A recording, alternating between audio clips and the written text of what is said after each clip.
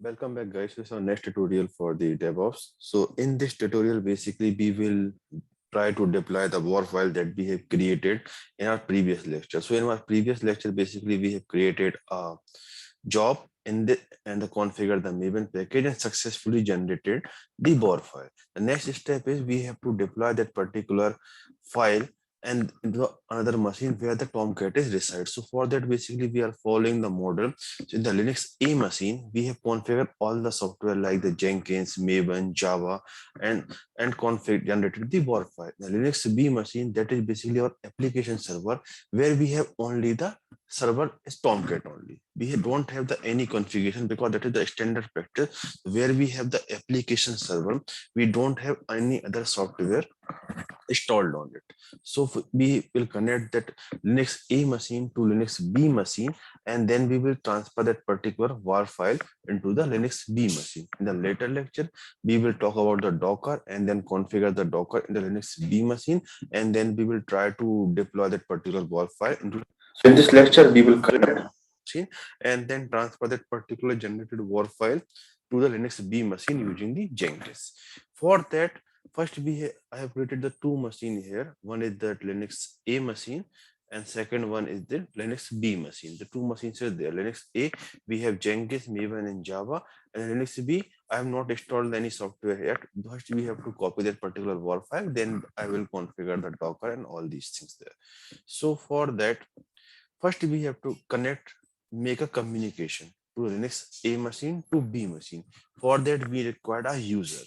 The user is required by the Jenkins. Using that we can talk to the one machine to the another machine. We have default user called EC2 user and the root user, but we don't have any password for that. We can't use root user for the communicating because root is the admin user, and that is not a best practice to use the root user as a configuring the Jenkins. So we can use the EC2 user for the configuring the Jenkins.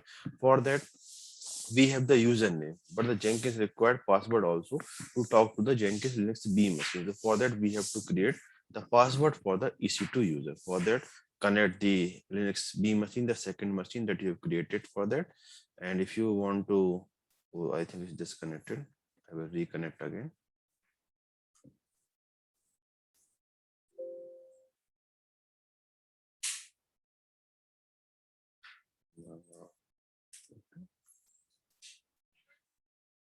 IP address of Linux B machine.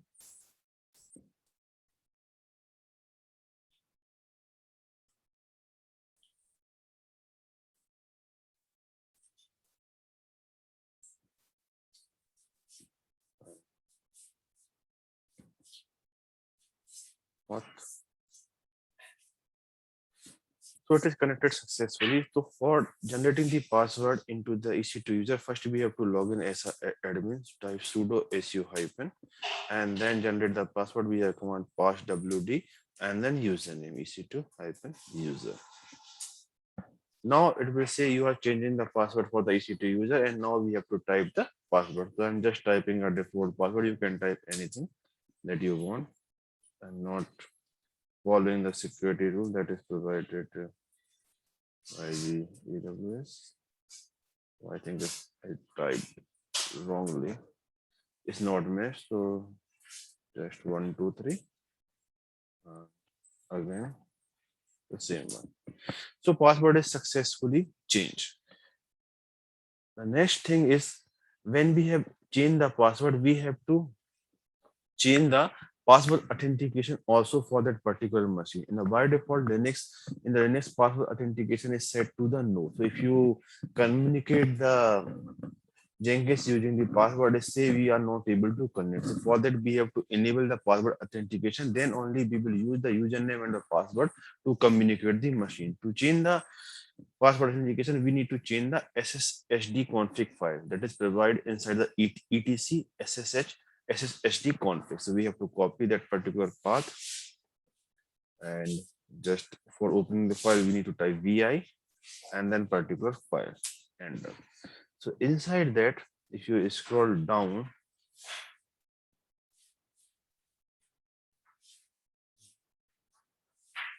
we have thing is called password authentication.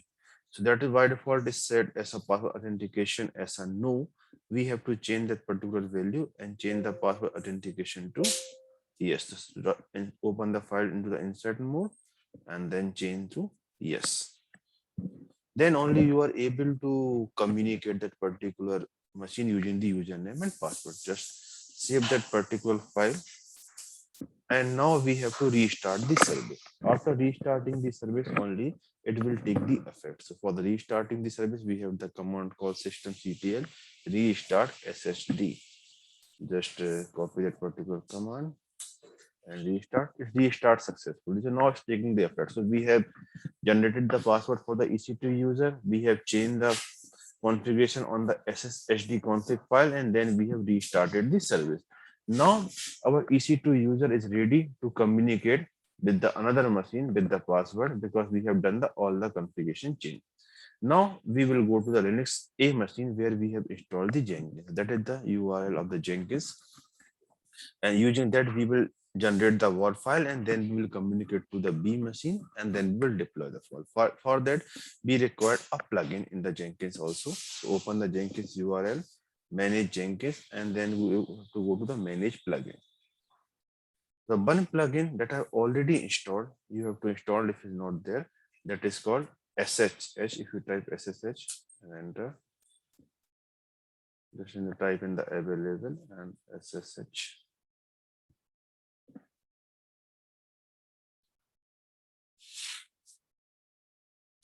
I think it's in there installed already, so it's not coming there. SSH. Publish over SSH the plugin. That plugin is simply says send build artifact over the SSH. So we have to install that particular plugin and then we have to make a connection using the Linux A machine that is Jenkins is installed to Linux B machine where we have to copy the particular WAR file.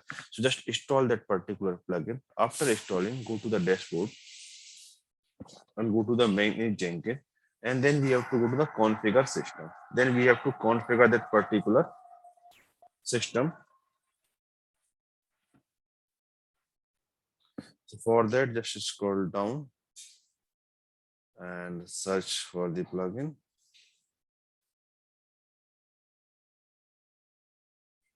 This is the plugin called Publish over SSH. So I have already configured. I will show you what all the things that you have to configure. So if you go to the Publish over SSH plugin, then you have to provide these are the details.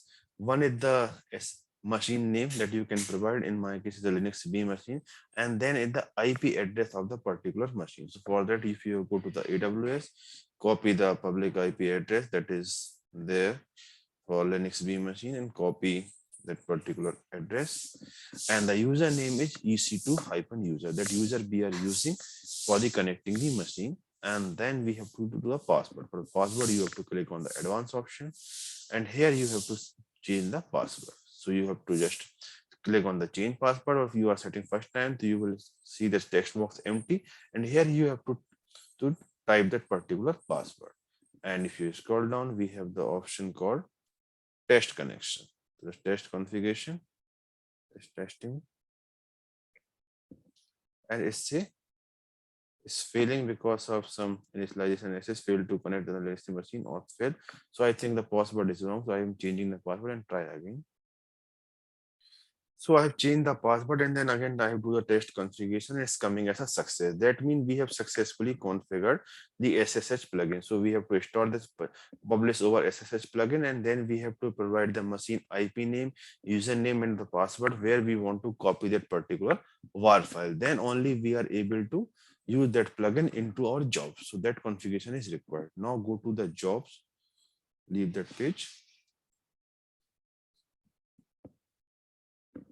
Open that particular job, configure,